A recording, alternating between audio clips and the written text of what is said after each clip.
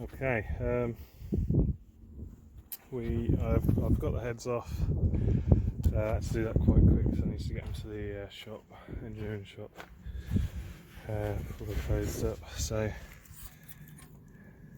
heads are off. Definitely warped. So been burning across there, and then obviously into the waterways we've got across there and across there. It's been going. Oh, that one's quite bad. You can see carbon across all the way across there.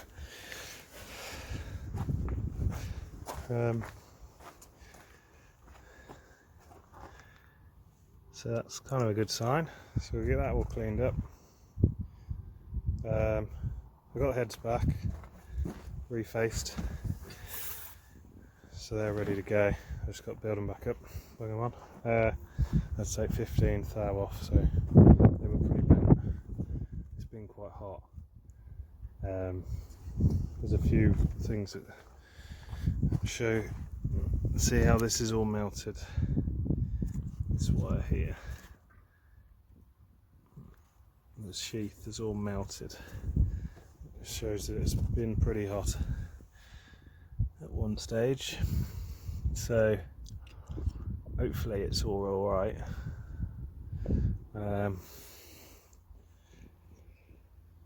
So I'm just going to rock the crank now and make sure that the pistons are all moving with it. There's no play in anything, any little ends or big ends. I have done the big ends, so I would hope that they're still good. That's it really. Nice and easy to work on. This sort of, once you got your body off. So I'll try and get the engine fully built up. Injectors in and everything on. I've got a turbo actuator fault that I did a code read on it before I took it apart. So I'm just going to whip that off, take the back off it, make sure all the connections are good. If it's a stepper motor, I'm not sure. I've never looked in one of those, so I don't know. Maybe I'll find some dry solder joints, or maybe it has a like a resistor wheel with a slider on, which needs cleaning the point up. I'm not sure, but I'll take that off and have a look in there, and then I can bung the head on this side and get the other heads on. We've got all new cam out, got a new oil pump coming tomorrow. So we'll get cracking on it, I suppose. Out working in the dark. Got the cylinder head ready to go on. Low plugs. I took those out and put grease on because they're renowned for seasoning. So that's all nicely done. Exhaust manifolds on. I had to extract a stud out of there, so I've done that. I welded up the EGRs, so I'm going to take the EGR coolers off as well. So I've just blanked that. Cleaned up the block, this side anyway. So I've just got to blow the, get an airline down the bolt holes, get the any oil out that's in the bottom, because we don't want to get hydraulic and false torque settings. So that's it really. I'll get on with that. Right, got both heads on, all back together, coupled up. Just starting on the oil pump now. I've had to cut a piece of this bracket away. Hopefully that's not too weak now down there, but otherwise you've got to take the alternator off and that bracket there, which spots the side of the block. But now I can get the oil pump right off without taking any of that off, so it should be alright, I think. So I'll pull that off, swap that over, then I need to time it up. So there's no keyway on this, so once you take the bottom pulley off, you need to put the pin in, a locking pin to, well, unless you've marked the flywheel somewhere, I don't know, but that's going to be out of time now if you've done any marks on here. So I'll have to put a pin in there, or make up a pin to fit, and then get the cam belt on. The only reason I'm changing the oil pump is because this is the old type where there's no web across those two there, no web there, and these are prone to shearing off here. I did think the idea of actually just putting once the tension is on, you pull a bracket from there up to this bolt here, just to take the twist off it. That would probably do the job.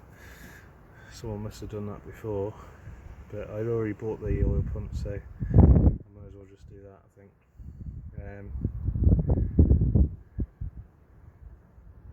That's that. What else have we got to do? Done the pump out at the moment. New pump out on there. Crossover pipe. Just had to weld up one of these flexi joints because they're crap.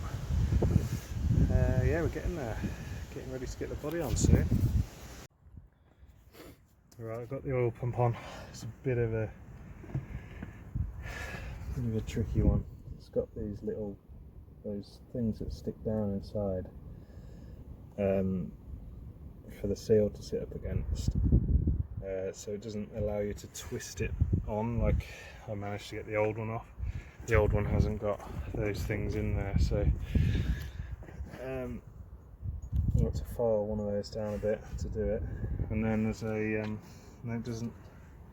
there's a plug thing here. This goes over the top of that and helps you locate the drive onto the crankshaft, because obviously it slips down as you put this on. The drive inside the oil pump slips down, and then you can't push it all the way back, so you put that in, and then that helps locate it.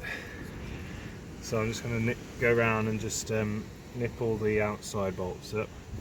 We want to get it seated against the block, so we've squished the seal up, but not tight, because we still want it to be able to pull. We want it to be able to pull down onto the sump seal, but at the same time we don't want to tighten those up and then not allow it to go back. So we've got to get it back against the block, tight but not tight, so it can still move down when we tighten these bottom ones up to pull it onto the sump. So we'll give that a go.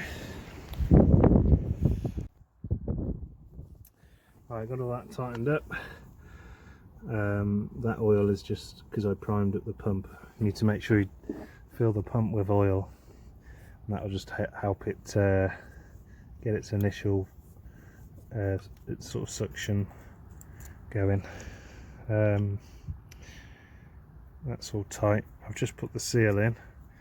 Now they supply this little piece of plastic, which is actually a flange, and if you just sit that, you don't push it over, just sit it against it and then push the seal, and it will just ride up and then onto your crank, because these seals are a little bit temperamental. They seem to fold over on themselves quite easy. It's not like your normal rubber seal, so I guess it's because it's getting warm and whatever, I don't know. It's a Land Rover. So that's that all fitted. Now I'm going to get all the grease off here, so that's nice and dry, and then I'll fit the crank pulley back on, sprocket, because that needs to be grease free, because it just relies on friction. It's just a friction fit, so I'll try and get that nice and dry, maybe a bit of emery just to help it out. Now I can start putting the belt back on. I've tightened up my bolt, my crankshaft bolt, bloody tight that is. Yeah, I locked it with I just put a bolt through the locking pin hole, and then tighten it up with that.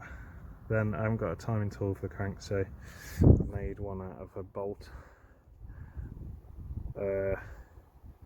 bit of gaffer tape, and then this bit here goes into your flywheel, but on this it's a flex plate because it's auto, and then this sits in the hole of the block. But I couldn't find a socket that was perfect, but it's pretty close, so I just sort of got it into the middle. Like we were in like half a tooth, quarter of a tooth, so it's not going to be an issue. So now I'll get the idler pulleys back on and get cam back done. I'm not putting a new one on because this one's not been on here long.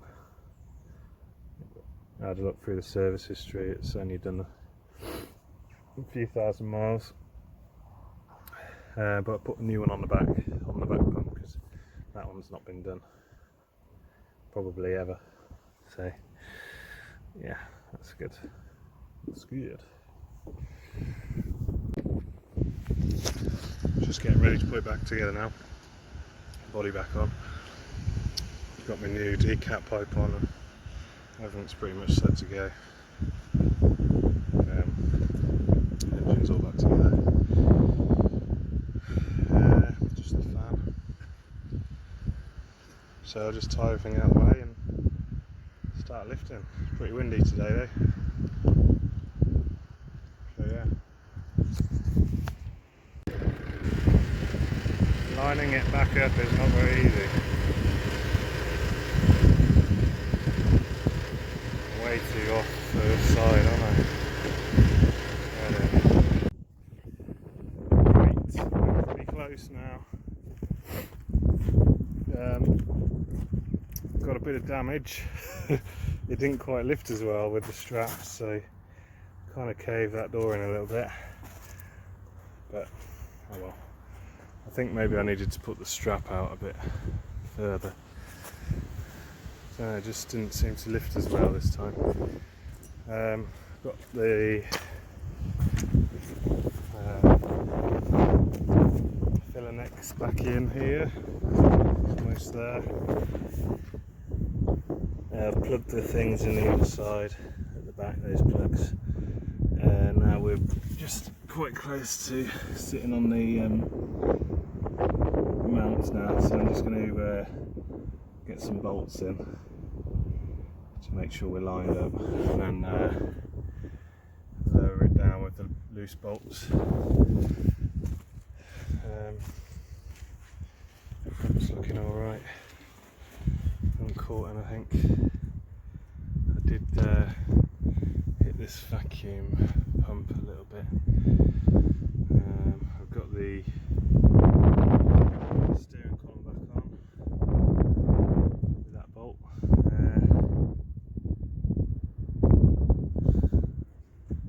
then I've got all this is quite tight here at the moment. Guess I'll get better. Yeah, getting there.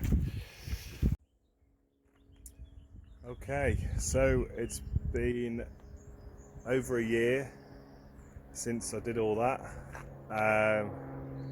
We've done probably, well, just over 10,000 miles in it. It's been good.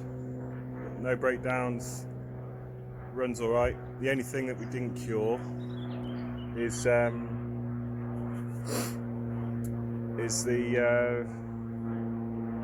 the knocking noise is still there. It's not got worse, it's not got any better. It's just really annoying after all that. I couldn't find out what it was.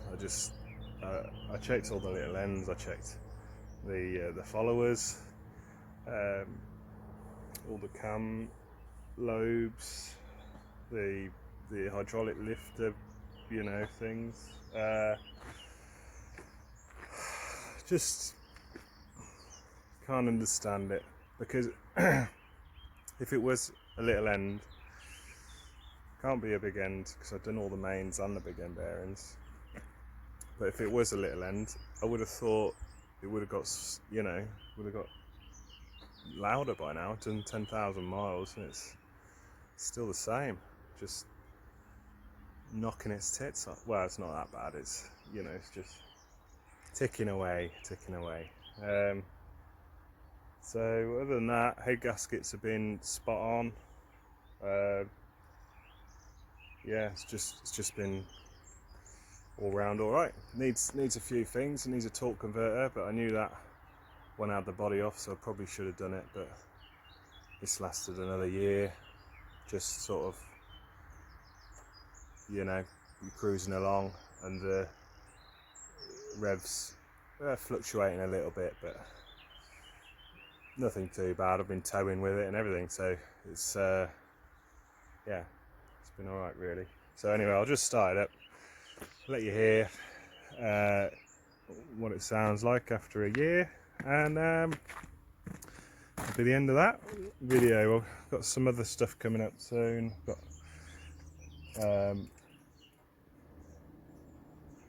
but I'll tell you in a minute. I'll just start this up for you.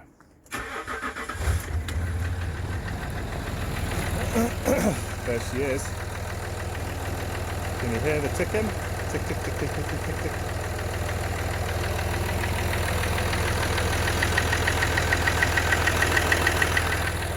Still coming from the same bank. Still coming from here. This side of the engine anyway. Yeah, that's that. Ticking away. Tick, tick, tick, tick. But yeah, runs as treat. A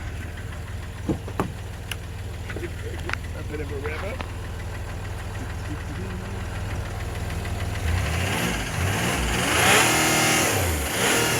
Yes, on the limiter. Wow, good one. Ah, she's a good one. Right, so yeah, that's it then really for that project. I've